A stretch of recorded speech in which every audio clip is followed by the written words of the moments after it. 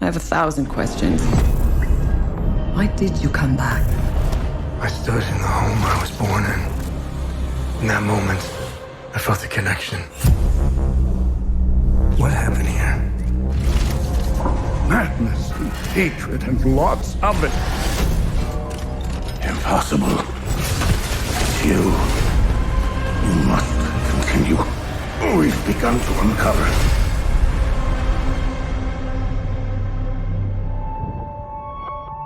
Hi everyone, I am Jonathan Jacques Bellatet. I am the creative director and the art director on Hell Is Us here at Rogue Factor. So today I'm super excited because we're going to show you some brand new gameplay, some new sequences, and some new tidbits from the game that we've never shown before. Hell Is Us is a third-person action-adventure game that blends the old-school thrill of exploration and discovery with a deeply satisfying melee combat system.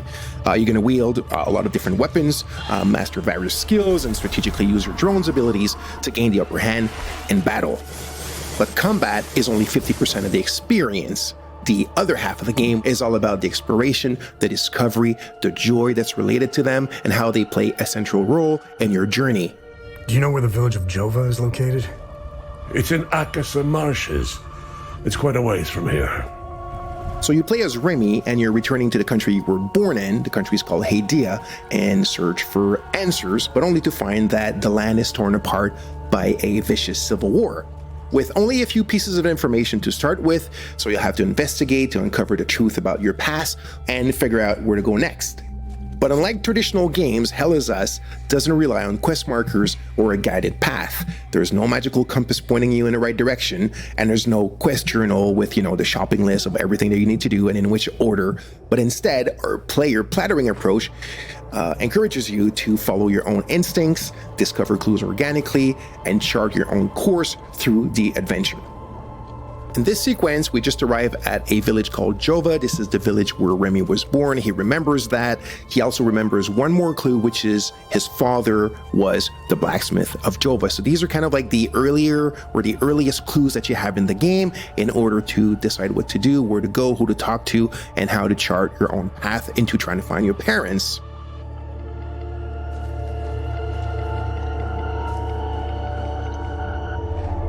Hey.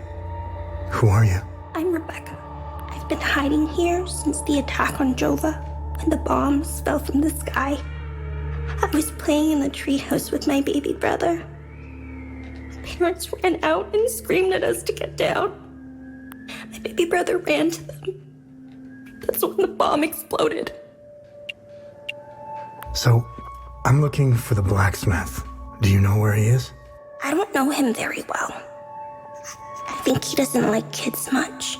I saw some villagers leaving with the ON peacekeepers on their white trucks. Maybe he went with them. Hey, did you see where the white trucks went? I watched the white trucks drive away. They took the road that turns behind the hill with the ancient monuments. We can see them from here.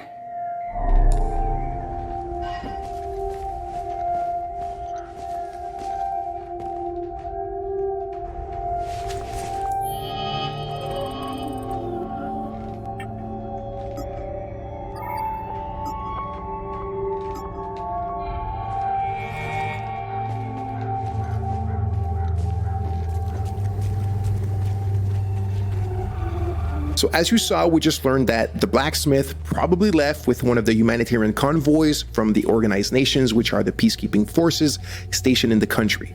We've also found a map that appears to show a route coming out of the Akasa Marshes. So we'll stop here for now. We've gathered a few clues. We have a bit of an idea where to go next for our investigation. We've shown you how things work a little bit and how you can connect the dots. But, I want you guys to discover it for yourself when the game comes out in September. In this section, we're stepping away from the main investigation to explore the many hidden secrets and side investigations scattered throughout Hadia. You can complete the game without ever uncovering them. But if you're curious and observant, you might just stumble upon some incredible discoveries. Our core philosophy is simple. If your instinct tells you there's something to do, then there probably is. The footage you're seeing now showcases just a few of the many secrets woven into Hell Is Us. These are playful examples of how the game handles secondary investigations, but they perfectly illustrate our approach. I'm only permitted to play Sabinian classics, I'm afraid. Unfortunately, I only happen to know one of their dreadful compositions. There are countless mysteries waiting to be uncovered. If you trust your instincts, you'll find yourself solving some truly fascinating mysteries along the way. Now, when we talk about player plattering, it doesn't mean you'll constantly need to overthink every step to progress. Many elements will be clear and intuitive, as our belief is that you actually don't need quest markers to navigate and advance in the adventure. That being said, for those who love a challenge, some of these deeper secrets will require keen observation and deduction to be uncovered. Good luck. Take another look at the sequences we've just shown in this video and share with us your first ideas on how to solve this last secret. Let's see who can connect the dots first. I rationed his milk as long as possible, but ran out yesterday. Poor Uli is starving. I don't know how I can possibly get any more.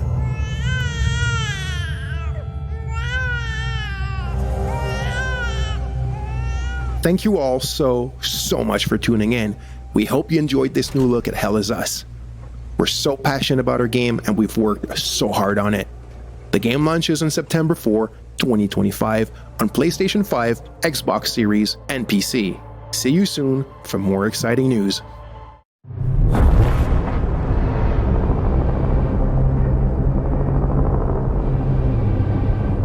When the fury of emotions sparks the wildfire of violence, it dissolves our illusions and exposes the fragile structure of reality.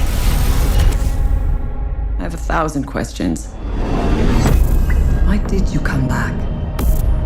I stood in the home I was born in. In that moment, I felt a connection. Epsilon 11, sound off. Where are my men? They're gone. Choose your next move wisely.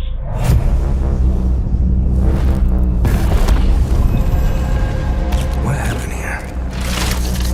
Madness and hatred and lots of it. Impossible. It's you. We must continue.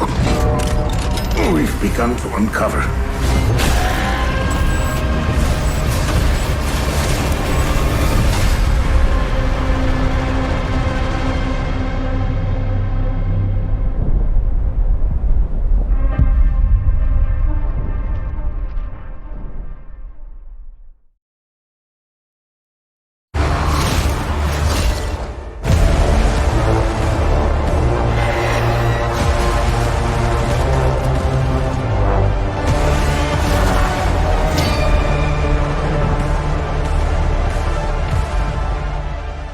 Hi everyone, my name is Jonathan Jacques Belatet. I'm the creative director and the art director on Hell Is Us. I hope you enjoyed the trailer that you've seen recently.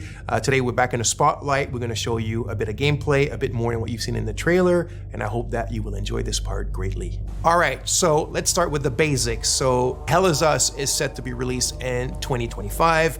It's for pretty much everything, so Xbox Series X, PlayStation 5, and PC. So the game is a bit of a take back to games from the 1990s. We're a team of passionate people. The average on the team is like 20 years of development experience. So we're from a different generations and we have a lot of love for how the games in the 90s were made and how they were played and experienced, especially the fact that, there was no hand holding, there was no silver plattering. You kind of had to figure stuff out by yourself. You were really in control of your exploration and your own discoveries. And this is what we're trying to do in Hell Is Us, obviously with modern flair and kind of like modern knowledge of game design and whatnot, but very much put you back in the driver's seat of your experience and of your exploration, and then the result and the joy of your discoveries. So Hell Is Us takes place in a country called Hadia. Hadia is in the grips of a vicious civil war. You play the role of Remy. Remy is actually from Hadia. He was born there, but his mom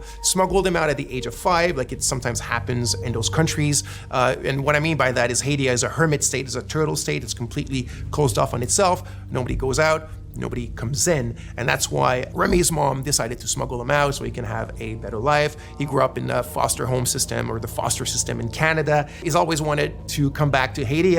He wants to find his parents again. He wants to kind of like confront them. He's got a lot of questions for them. He understands why they abandoned him, but yet, abandonment is pretty much the biggest trauma that a child can have.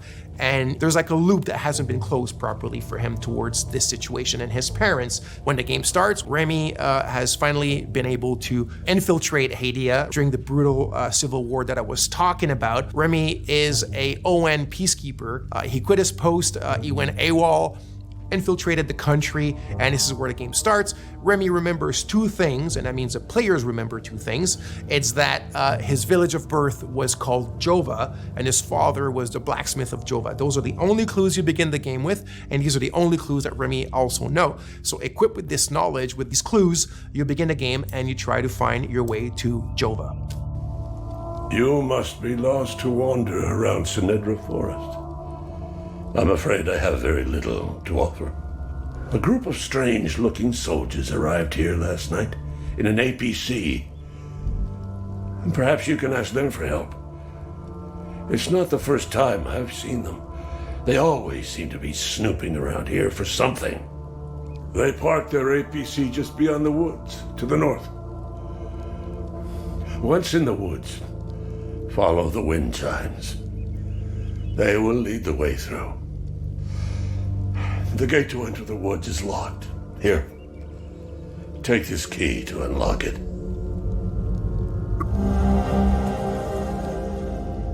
Okay, so let's talk about this design philosophy that I've mentioned earlier, which is, I said the word silver plattering, is something that I had been thinking about for quite a few years, and the team as well, which is, if you look at modern day or contemporary adventure games and RPGs, pretty much everything is given to you on a silver platter. What I mean by that is when you explore, everything appears in front of you. You have your compass on top of you that's like a sixth sense, like a magical sense that detects, all the caves and all the cool stuff around you and the towers and this and whatnot.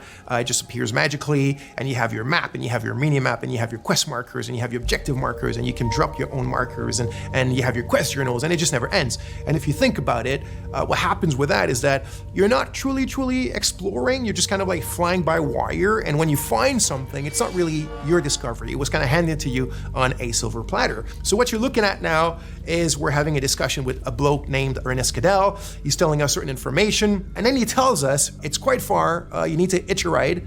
You might find people that are willing to give you a ride.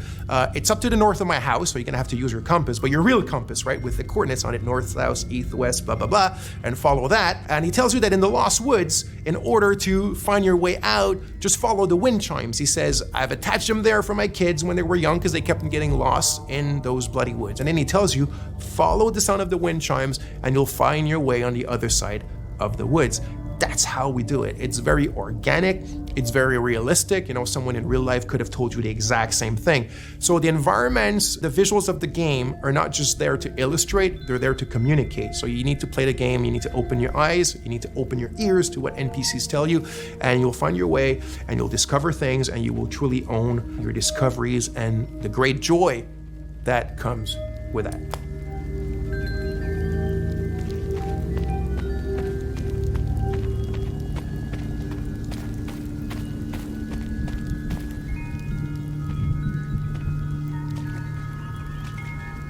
So here's another scene or another section that could be considered part of our player plattering philosophy. So here's a puzzle, and there's obviously a solution to the puzzle, but nothing eventually is going to tell you, if the player ends up kind of like taking a bit of time to find a solution.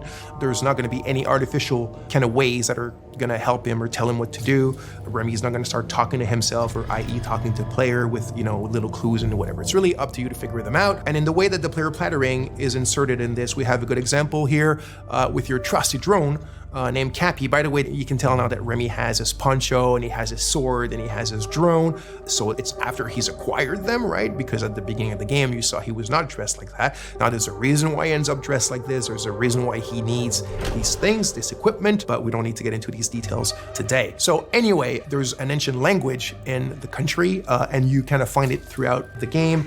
And the drone has a software, one of his many softwares, and this specific one can translate the ancient language. So this puzzle, the way that it works, you need to kind of like explore and observe your environment around this specific puzzle in order to find the clues on how to solve it. You need the drone, your trusty Cappy, his name is Cappy, also there's something behind that of course, and you translate those old texts.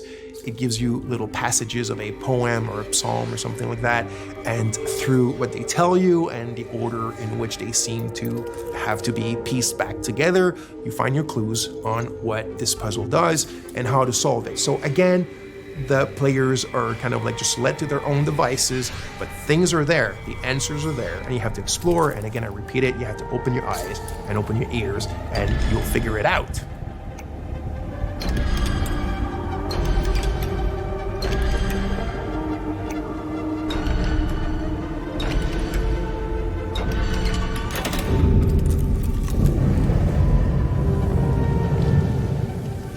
So by now, you've seen a lot of what I guess is like exploration and looking around and talking to people and doing puzzles and all that kind of sweet stuff.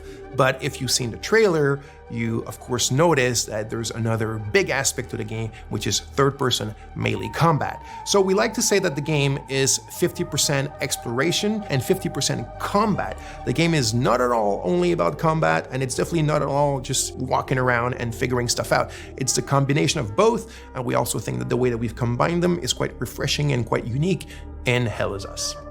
So, like I said, combat is an integral part of the game. I do want to emphasize now that we're not a Souls-like game. The game is a lot more mid-core. It's have fun, get in it, and hack and slash. It doesn't mean it's easy. It's not overly hard. There's a learning curve. There's subtleties. There's little things that we've invented just for the flair and the flavor of Hell Is Us. It's very crunchy. I think the friction is pretty good, and I hope you'll enjoy it.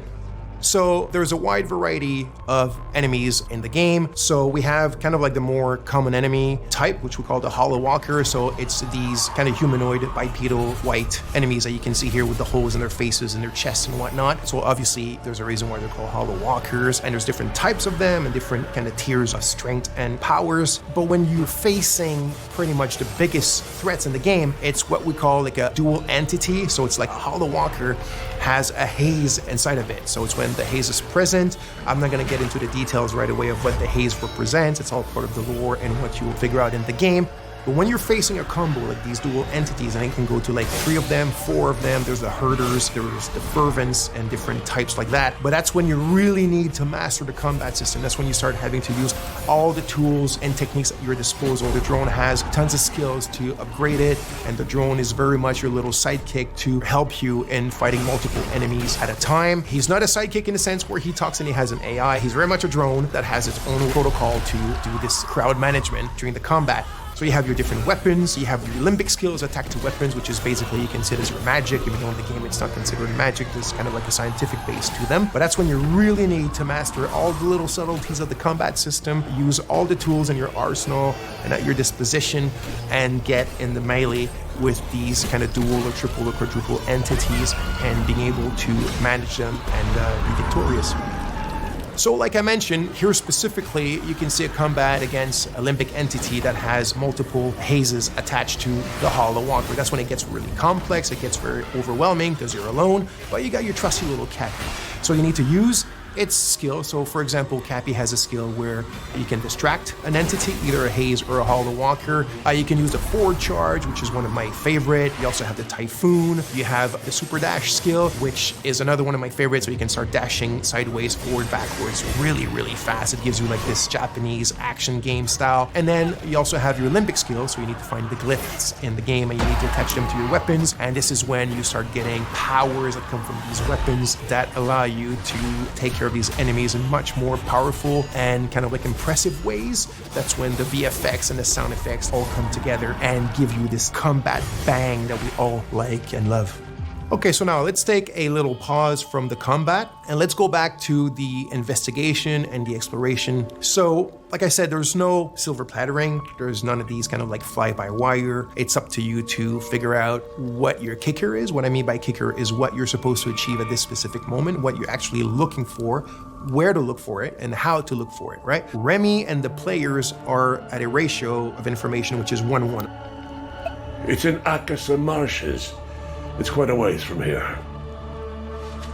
So one of the tools that we're providing you to still kind of help you a bit and manage this 1-1 kind of like knowledge ratio is your data pad. Think of it as a bit your investigation wall if you want, but in a digital 90s format. So your clues, your leads, the important people that are related to your investigation, trying to find your parents and a lot more eventually, are all stored here. They're linked together by the relationships, and now it's up to you to go and investigate about them.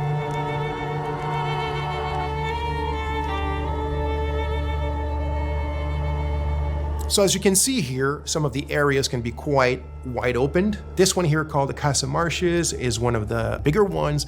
And as I spoke quite a bit already, the game doesn't hold your hand or doesn't really tell you where to go. So out of your main leads or clues or ideas that you have in your head of what you're supposed to do or where you're supposed to go at any given moment, you will also be attracted by a lot of points of interest or just little things in the environment that pique your curiosity. And as you walk towards them or explore, that's when you'll start also making a ton of like peripheral or side discoveries on your own, things that you cannot solve right away, or things that you might think that there is a thing to be done with it when there's none, and it's all part of the fun stuff and the kind of like experience that we're providing in the game. So as you can see here, there's a tree with people that have been hung. Like I said, this takes place during a very vicious civil war between two different ethnicities in the countries that are still basically the exact same people. And you found this tree. It's actually not part of the Golden Path or not part of something tremendously important in the game, but there's still something around it. There's still something to be found, and it's probably linked to more stuff that you can do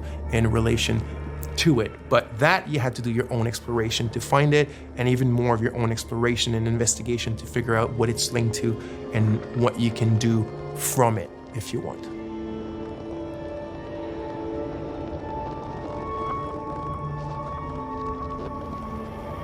So here we are in a dungeon in the game. So yes, the game has dungeons. This was really important to us. Like I said at the beginning, there's a bit of a love letter to games from the 90s, but one of the challenges was the game takes place in a contemporary setting. The game takes place in 1993, and yet we still wanted dungeons in the game, and I didn't want the dungeons to take place in an abandoned metro station or, you know, in an abandoned factory because it's the modern era. I still wanted the dungeons to be very ancient things, and this brings us to another really important aspect of the game, or one of the very important themes of the game, which is history, historicity, deep history, so history that goes even before history. So there's a lot of mysteries and a lot of lore, and the origin of what's going on in the country and the link to the Civil War is all tied to that deep history and also what has happened since. I won't get into too much details because that will be part of another video for you guys, but you can see a bit of it here, and it shows you the varied palettes and moods and atmospheres that we have in the game, which also I think is something quite interesting and unique that we're doing in Hell Is Us.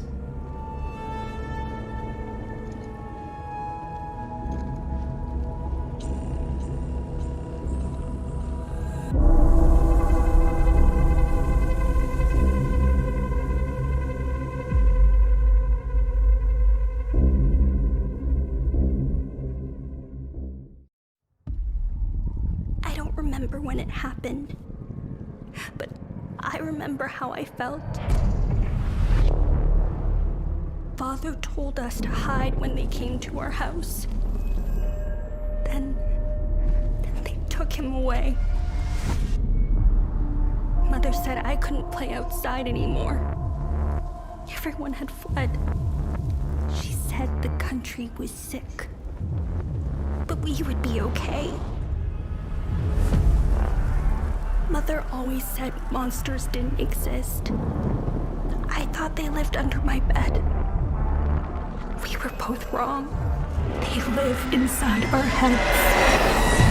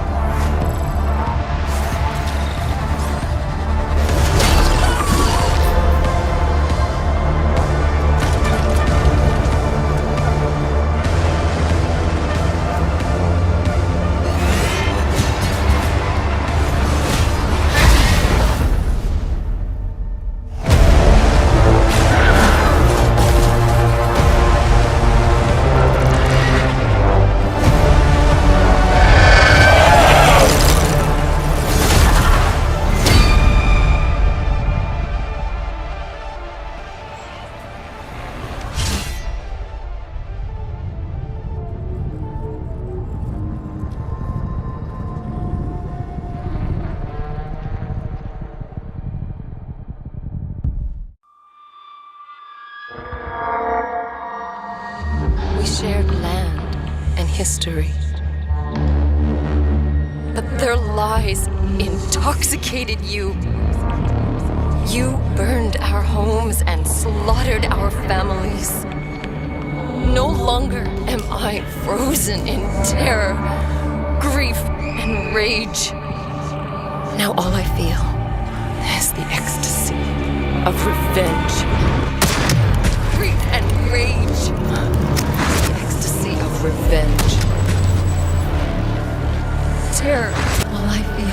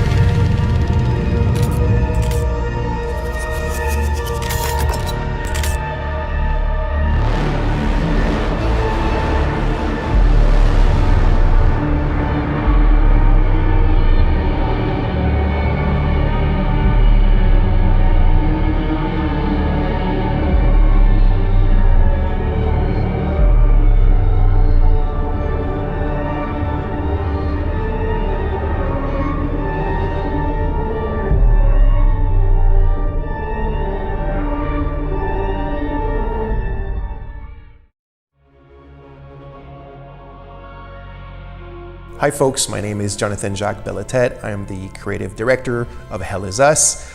Today I'd like to take a bit of your time to talk about the 3 distinct narrative layers, but also how we created this game from scratch and the kind of like processes that brought us to its world, its gameplay, and these 3 narrative layers. So for Hell Is Us, I took a bit of time to figure out what I wanted these kind of high-level directives to be. And they're a mixed bag of things that had always been dear to me and also stuff that I kind of knew that the team also wanted to try and work with. So I came up with about 5 or 6 and I proposed them to the team and we all agreed and we went ahead with them. So the first one at the top of the list is exploration and discovery. When it's truly player driven, when it's like player cognitive abilities that are putting 2 and 2 together to discover the secrets of the game through your exploration. So the second one is pretty much I guess the main theme of the game. It's human emotions and passions, and specifically how they relate to human conflicts, all the horrors and the atrocities and the bloodshed that we can bring upon one another. The third one is the Civil War, and as you can see, this relates right away to the second one about the passions and the emotion. The fourth directive was the combat system of the game had to be a third-person melee combat with melee weapons. The fifth directive was that the game had to take place within a contemporary setting, as you can see, this brought a bit of a challenge how to justify the third-person melee combat in a contemporary setting. And the sixth one is I wanted to make sure that the enemies in the game were not humans and we would not bring any harm to human beings. So now that we had our set of directives, we were ready to really sit down and create the game, and then we created the story, and this brought us the 3 distinct narrative layers that we have in the game. The first narrative layers is the Civil War. It's the main backdrop of the game. It's caused by ethnic divides, religious divides, cultural divides, political divides, and also historical divides. The second narrative layer is about the calamity. So the calamity is a bit of a kind of like metaphysical phenomenon that's taking place in the country, and the hero and the player, as they enter the game world, obviously they're aware that there's a civil war, but the hero doesn't know that there's also the calamity, and really rapidly he will come face to face with it. So why is it here? Where is it from? What is it connected to? And what's its link with the people, the civil war, and the history of the country? The third narrative layer is the family. So this is something that's really dear to me, and mostly when we look at it through the lens of conflicts, war, civil war, and whatnot, because families are often one of the first victims of conflicts, especially children as well. But our hero was actually born in the hermit state, but his parents smuggled him out when he was 5 years old. He's always wanted to come back because he's got questions, right? He wants to know, who they are, why did they abandon him, and also who is he, because he's missing that part of himself that your parents kind of provide you. So all these three narrative layers are different, but they intertwine. One of them is the one that truly brings you through the main story, but since the game is fairly open-ended and non-linear, the players are free to oscillate between these three layers as they see fit, and kind of put them together to form the big picture of the game and the entire puzzle, or almost the entire puzzle, to make sense of what's going on inside this country. So in the near future, we'll talk a lot more about these things in a lot more details. This was it for now. I hope you enjoyed. Thank you for watching, and see you soon.